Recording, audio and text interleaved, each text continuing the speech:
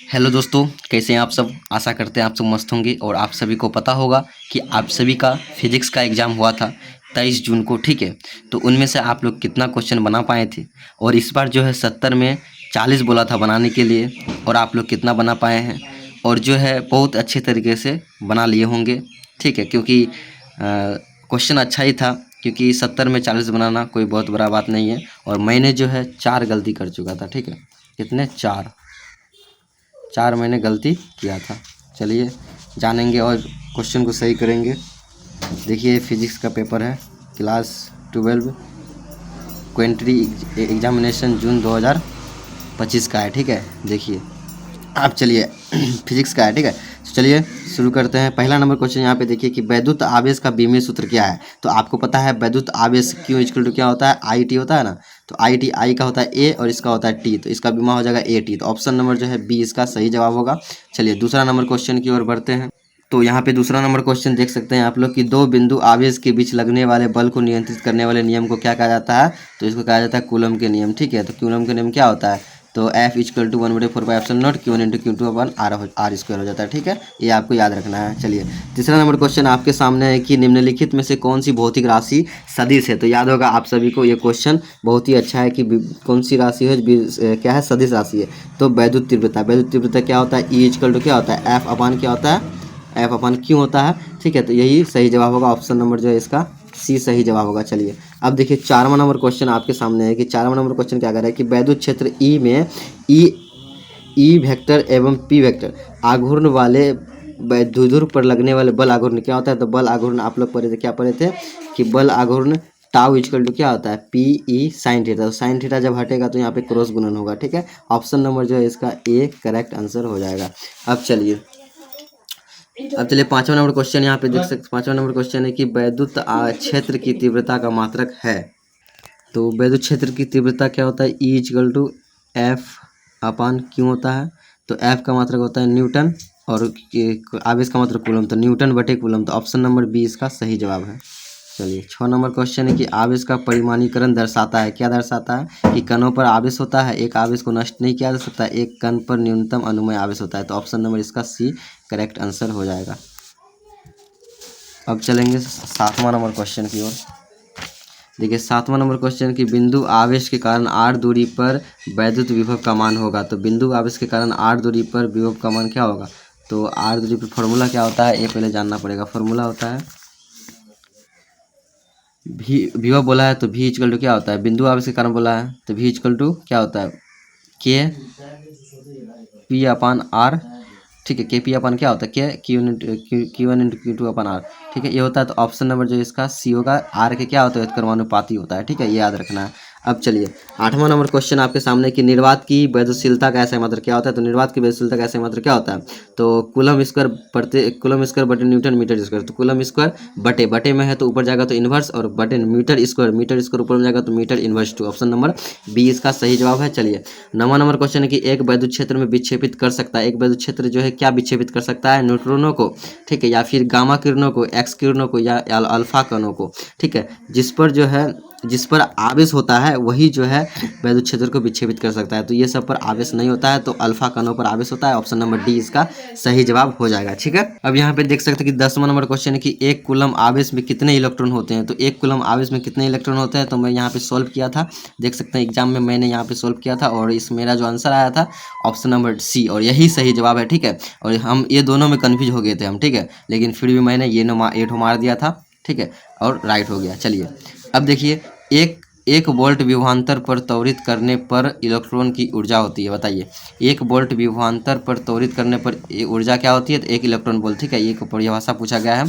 चलिए 12 number question है कि एक बंद पृष्ठ के भीतर n वैद्युत ध्रुव स्थित है, ठीक है। बंद पृष्ठ से निर्गत कुल वैद्युत फ्लक्स, जब भी निर्गत या फिर वैद्युत क्षेत्र के भीतर कोई भी चीज होता है तो शून्य होता है, ठीक है। चलिए 12 नंबर और 13 नंबर क्वेश्चन की ओर बढ़ते हैं। 13 नंबर क्वेश्चन आपके सामने है कि सी धारिता के संधारित्र को क्यों आवेश देने पर W यदि आवेश बढ़ाकर, ठीक है, क्यों 2Q कर दिया जाए तो ऊर्जा होगी। 2Q कर दिया जाता है तो ऊर्जा क्या होती है, तो याद रखना है ऊर्जा होता है 4W हो जाता है, ठीक है, 4W। अब 14 नंबर क्वेश्चन है कि 3 बराबर धारिता C वाले संधारित्र को पहले समानांतर क्रम में, ठीक है, बाद में श्रेणी क्रम में दोनों दशाओं में तुल्य धारिता का मान कितना होता है। तो पहले श्रेणी क्रम में, श्रेणी क्रम के लिए तीन धारिता को पहले संधारित्र के समानांतर क्रम में, समानांतर तीन धारिता है तो 3C आ जाएगा, ठीक है। और उसके बाद क्या बोल रहा है कि बाद में श्रेणी क्रम में, तो यह कितना हो जाएगा C/3, ठीक है। अब यहाँ पे बोल रहा है कि 3/C, C खत्म, 9:1। ऑप्शन नंबर सी सही जवाब है, ठीक है। और आपके सब 15 नंबर क्वेश्चन क्या कर रहा है कि 100 माइक्रोफेरेड धारिता वाली धारिता को 100 वोल्ट तक प्रभावित किया जाता है, तो उसमें संचित ऊर्जा क्या हो जाएगा, तो 0.5 होगा। इसमें सूत्र जो लगाएगा U = 1/2CV² लगेगा, ठीक है। यहाँ पे फॉर्मूला में लिखा हो 1/2CV², ठीक है। ये फॉर्मूला से आप निकाल सकते हैं, मैं भी ये फॉर्मूला से निकाला था और मैंने इसका आंसर, ये वाला आंसर आएगा, ठीक है। ये आंसर आ जाएगा, ठीक है। चलिए 16 नंबर क्वेश्चन आपके सामने है कि एक इलेक्ट्रॉन को दूसरे इलेक्ट्रॉन के अधिक समीप लाने पर निकाय की स्थिति ऊर्जा क्या होगी। तो जब दोनों, मतलब अगर दोनों सेम है, यानी इलेक्ट्रॉन इलेक्ट्रॉन है तो कार्य ज़्यादा करने पड़ेगा, प्रोटॉन प्रोटॉन है कार्य ज़्यादा करना पड़ेगा। जब कार्य ज़्यादा करना पड़ेगा तो स्थिति ऊर्जा बढ़ेगा। ऑप्शन नंबर जो है इसका ये सही जवाब है। 17 नंबर क्वेश्चन है कि 1 कूलम प्रति वोल्ट तुल्य है किसके, 1 फेरेड के, यानी F क्या पढ़े थे, C/V पढ़े थे, V ऊपर जाएगा तो C इनवर्स V में लग जाएगा, ठीक है। ऑप्शन नंबर सी इसका सही जवाब है और मैंने यही आंसर लगाया था, ठीक है। चलिए 17 नंबर क्वेश्चन हो गया। अब चलेंगे 18 नंबर क्वेश्चन की ओर, ठीक है। जो हार्ड लगेगा मैं उसको छोड़ दूंगा या फिर मैं उसका डायरेक्ट आंसर बता दूंगा, ठीक है। चलिए 19 नंबर, और क्योंकि हार्ड वाला सब मैं भी छोड़ दिया था।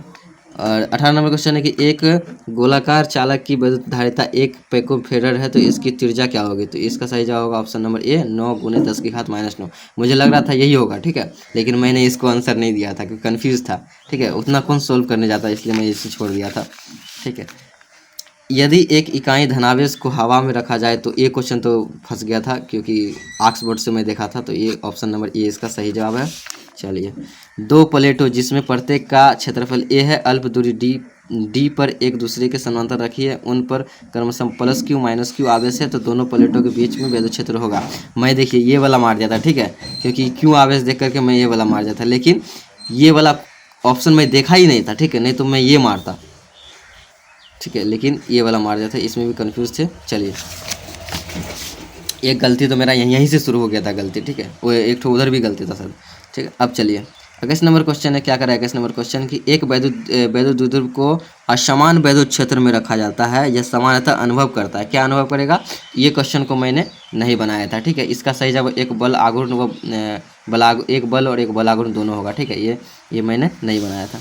चलिए प्राविद्युतांक होते हैं, क्या होते हैं, इसको मैंने ये मार दिया था चालक पदार्थ, लेकिन ऑक्सफोर्ड के सर जो है वो बताए थे अचालक पदार्थ, ऑप्शन नंबर बी बताए थे, ठीक है। चलिए मेरा तो 2 ठो इधर ही गलती, 3 ठो हो गया सर। चलिए 23 नंबर क्वेश्चन आपके सामने है कि यदि किसी वैद्युत आवेश Q से दूरी d तक विभव V है तो 2d पर विभव क्या होगा, तो V/2 हो जाएगा, ठीक है, V/2 हो जाएगा, क्योंकि मैंने सॉल्व किया था लेकिन यहाँ पे दिमाग नहीं लगा मेरा, ठीक है। ये 2 ऊपर जाता, ठीक है, V ऊपर चल जाता, 2 नीचे आ जाता, ठीक है, ये मैंने सॉल्व नहीं कर पाया था, यही तो गलती हो गया था।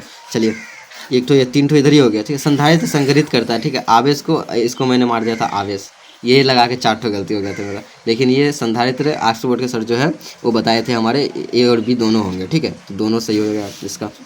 संधारित्र की धारिता निर्भर नहीं करता है, बताइए संधारित्र की धारिता किस पर निर्भर नहीं करेगा, तो याद रखना है प्लेटों के आवेश पर निर्भर नहीं करेगा। देखिए सूत्र यहाँ पे है, यहाँ पे आवेश दिख रहा है, नहीं दिख रहा है, इसलिए मैंने भी बी मार दिया था, ठीक है।